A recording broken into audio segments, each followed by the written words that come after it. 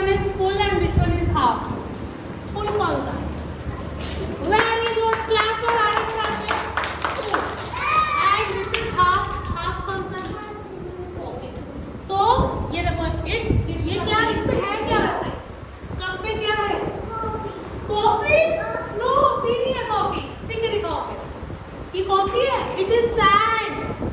What is in the cup? Cup में क्या है दीदी? कप में क्या है? Sand. Which one is full दीदी? Full कौन सी है? Full. Touch the full. Yes. This cup is full of sand and this cup is half of sand. इस कप में full sand है और इस कप में half sand है. Sand. Sand होते हैं रेत. Sand किसको होते हैं? रेत को. Okay.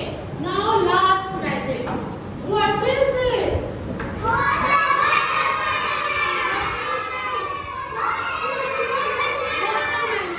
Now, जो भी इसकी शेप बता देगा उसको मैं कैंडी दूंगी. Wait. It is watermelon, but tell me what is the shape of the watermelon? Shape. Oval. Very good. Clap for one. Clap for one. Give one candy to one. Very good. अभी एक और बच्चे को मिलेगा, अभी मैंने फिर पूछना है. What is the shape of watermelon? Oval.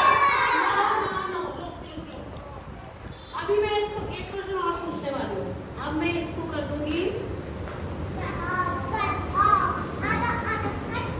Half कर देंगे. मैम से हाफ हो तो रहा नहीं. चलो कर देते हैं. अब बताओ ये जो वाटरमेलन मैंने कट किया है ये वाली शेप कौन सी होगी?